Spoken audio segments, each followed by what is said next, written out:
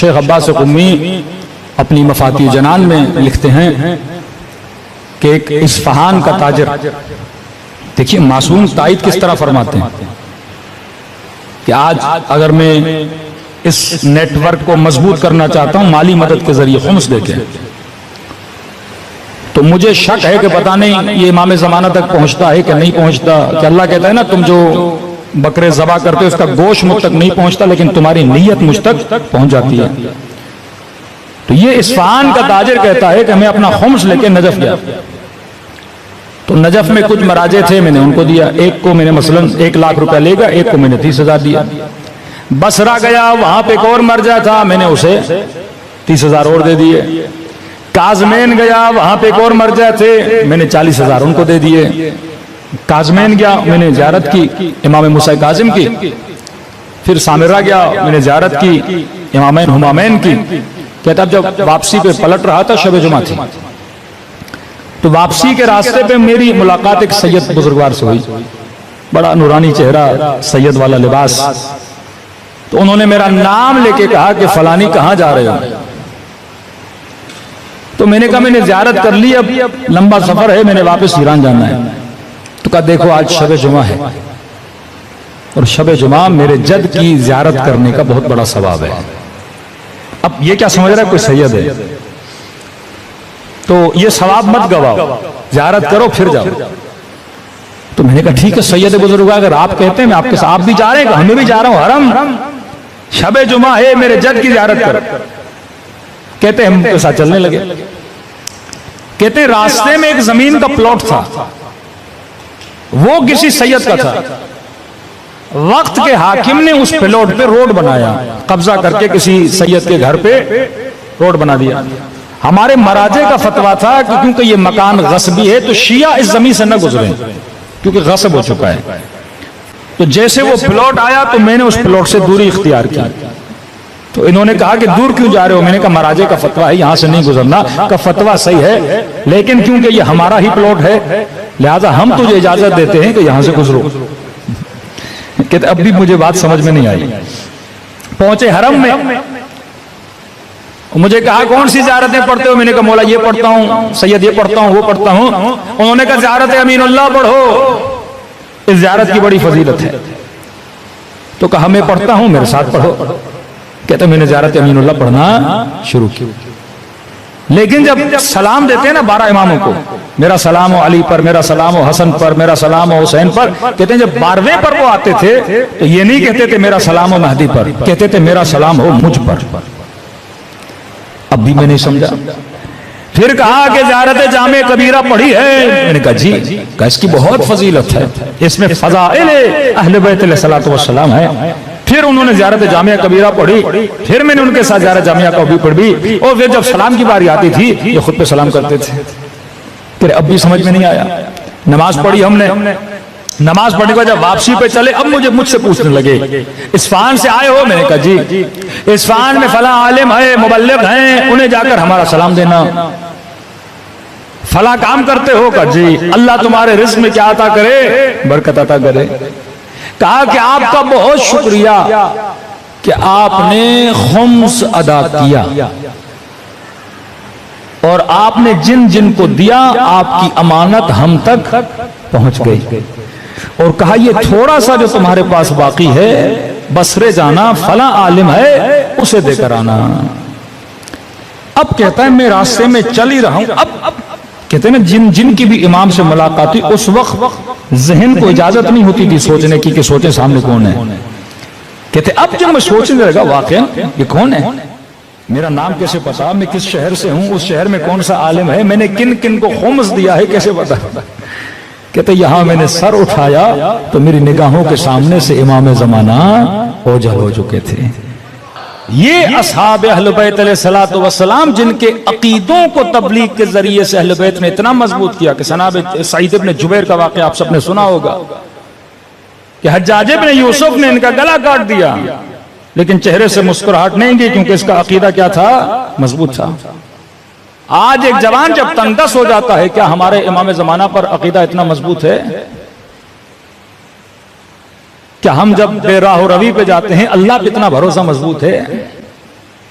Iran का एक driver जो कहता है मैं ट्रक चलाता था, पहले जमाने में मशहद में बर्फबारी बहुत शदीद होती थी। कह रहे मशहद से ट्रक चला के मैं तेहरान की तरफ जाना चाहता था, तो शदीद रास्ते में बर्फबारी हुई। इतनी बर्फबारी के जो गाड़ी के वाइपर थे वो भी काम करना तकरीबन छोड़ गए। मैंने अपने ट्रक को साइड पे लगाया और मैंने सोचा कि जब बर्फ थम जाएगी उसके बाद मैं रास्ते पर आगे बढ़ूंगा, लेकिन कहता नहीं, बर्फ थमने वाली नहीं थी और ज्यादा बर्फबारी शदीद हो गई। यहां तक कि मैंने नोट किया कि रास्ते पर जितनी गाड़ियां आ रही थी उन गाड़ियों ने भी आना छोड़ दिया। अब बीच सहरा में, मशहद और तेहरान का सफर बहुत लंबा है और 80% ये रास्ता सहराई रास्ता है। कहते मैंने कहा कोई बात नहीं, अभी भी कॉन्फिडेंस था कि कुछ भी नहीं होगा, बर्फबारी थम जाएगी। मैंने गाड़ी को बंद नहीं किया, कहीं ऐसा ना हो कि इंजन ठंडा पड़ जाए फिर इंजन स्टार्ट ना हो।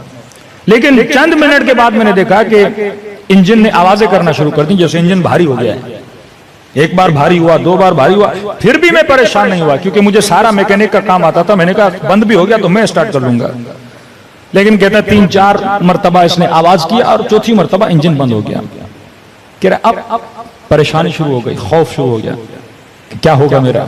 मैं जल्दी से उतरा, पाना उठाया और जहां जहां तक हो सकता था मैंने इंजन को देखा। इंजन भी सही सालिम था, हर चीज मैंने चेक की। गाड़ी को स्टार्ट करना चाहा, गाड़ी स्टार्ट नहीं हुई। इतने में कहता है मैं गाड़ी के कमरे में आके बैठ गया। बस ये था कि अंदर बर्फ नहीं आ रही थी लेकिन सर्दी वही थी जो बाहर वाली सर्दी थी। मौत की याद आने लगी मुझे। मैंने कहा ड्राइवर अब तो तू मर गया, इतनी सर्दी, सामने से कोई गाड़ी नहीं, इंजन भी बंद हो गया। और आहिस्ता आहिस्ता मैंने महसूस किया कि मुझ पर गुनूदगी तारी हो रही है। मैं समझ रहा था कि ये गुनूदगी नींद की नहीं है, अगर आंख लगी तो यहां मैं मर जाऊंगा। कहा ना कहीं अपनी नस्लों के जहनों में इमामत के नजरिए को मजबूत करोगे तो ये बच जाएंगे। कहते अचानक किसी मजलिस में किसी मौलाना का जुमला सुना था कि शियो हम वो हैं जिनका इमाम जिंदा है। तो कहते हैं मैंने 3 मरतबा ज़बान से जुमला का या साहिब ज़मान अदरिकनी, मौला मेरी मदद को आइए, मौला मेरी मदद को आइए। कह रहा जब ये कह रहा था तो शायद हमारे बरादर ये सवाल करें कि इसने या अल्लाह मदद क्यों नहीं बोला। कहता है मैंने ये नहीं बोला ए अल्लाह मेरी मदद कर, मैंने कहा या साहिब ज़मान अदरिकनी। खुद ही कहता है, कहता मुझे शर्म आ रही थी कि मैं अल्लाह से मदद मांगूंगा। किस बात पे?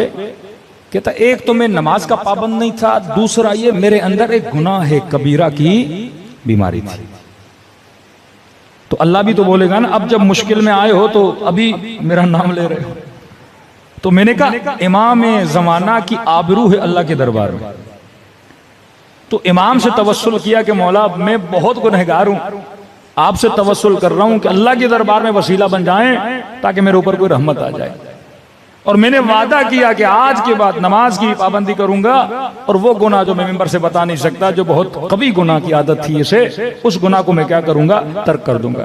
कहता ऐसे ही अपने ख्यालों में सोच रहा था क्या होगा, बच्चों का क्या होगा, मर जाऊंगा क्या होगा, छोटी बच्ची थी मेरी उसका क्या होगा। इंसान जब मौत को देखता है तो यही ख्यालात उसके जहन में आते हैं। कहता इतने मैंने देखा उस शदीद बर्फबारी में एक शख्स आ रहा है और हाथ में पाना है। कहता मैंने ये समझा कि आगे किसी की गाड़ी खराब हुई है और वो मदद मांगने के लिए आ रहा है। मैंने कहा मेरी गाड़ी ठीक किया। मैंने कहा जी आप यहाँ पे क्या कर रहे हैं? उन्होंने कहा आप क्यों खड़े? मैंने कहा मेरी गाड़ी खराब हो गई है। कहा ठीक है मैं आपकी गाड़ी को देखता हूँ। मैंने कहा मैं खुद मैकेनिक हूँ, सब कुछ देख लिया। कहा नहीं हम भी थोड़ा देख लेते हैं, जब मैं कहूँ तो स्टार्ट लगाना। कहता है वल्लाह मैंने नोट किया कि जब उसने इंजन के ऊपर सिर्फ उसने अपने हाथ रखे, यहां तक कि उसने कोई पाना वाना भी नहीं लगाया, नहीं सिर्फ उसने हाथ रखे और मुझे कहा कि क्या करो, स्टार्ट करो। कहते यहां मैंने स्टार्ट किया, मेरी गाड़ी क्या हो गई, स्टार्ट हो गई। वो पलट के वापस आए, लेकिन मैंने कहा कि देखिए ये गाड़ी पहले भी स्टार्ट थी, बंद हो गई, इसके स्टार्ट होने का फायदा क्या? ये फिर 10 किलोमीटर आगे जाऊंगा फिर बंद हो जाएगी। उन्होंने कहा नहीं अब बंद नहीं होगी, ये तुझे अपने मकसद तक पहुंचा कर रहेगी ये गाड़ी। मैंने कहा आपको कैसे यकीन था? मैं कह रहा हूं ना अब ये तुम्हारी गाड़ी बंद नहीं होगी, मकसद पे जाएगी। तो मैंने कहा कि बुजुर्गवार आप इतनी सर्दी में खड़े हैं, आइए मेरी गाड़ी में बैठिए, मैं आपको आपकी गाड़ी तक पहुंचाऊं। कहा नहीं कोई जरूरत नहीं है। कि आपकी गाड़ी खराब है, जरा उसको टचिंग करके यहां से ले जाते हैं, कि उसकी भी जरूरत नहीं। कि मैं आपकी कोई खिदमत कर सकता हूं, कि हमें किसी खिदमत की जरूरत नहीं। कि उस वक्त मेरे जेब में पैसे बहुत थे ड्राइवर साहब, मैंने कहा आपको जितने पैसे चाहिए जो मेरे जेब में मैं आपको दूंगा, मैं बगैर शुक्रिया कि आपको कैसे जाने दूं, आपने मेरी जान बचाई, इतनी सर्दी में अगर कोई ना होता मैं मर जाता। कहा नहीं, हमें पैसों की भी जरूरत नहीं है, अपने पैसे अपने पास रखो। मैंने कहा कुछ तो करूं मैं आपके लिए, बताइए मैं क्या कर सकता हूं आपके लिए, आपने जान बचाई है मेरी। कहा कुछ नहीं, बस जो दो वादे किए हैं ना मुझसे, उन वादों पे अमल करो। कहा बस ये कहना था, वो मेरी आंखों से ओझल हो गए। ये ड्राइवर कहता है मैं गाड़ी से उतरा, कभी इधर दौड़ूं, कभी उधर दौड़ूं, कभी गाड़ी के पीछे जाऊं, लेकिन मुझे नजर नहीं आते। कहते हैं गाड़ी स्टार्ट की, वहां से लेकर घर तक मेरे आंसू नहीं रुके कि मैं कितना बदबख्त था। मेरा इमाम जमाना खड़ा था, लेकिन मैंने अपने इमाम जमाना को पहचाना नहीं। कहता देर रात को घर पहुंचा, अपने बच्चों को सुफरे पे बिठाया, बीवी को सुफरे पे बिठाया, और मैंने कहा ऐ मेरी ज़ौजा, ऐ मेरे बच्चों, आज के बाद जिंदगी गुजारने का तरीका मैं बदलने वाला हूं। आज के बाद नमाज वक्त पे पढ़ेंगे। ज़ौजा को कहा देख आज के बाद अपने हिजाब में सुस्ती न करना। बच्चों को समझाया कि बच्चों ये करना।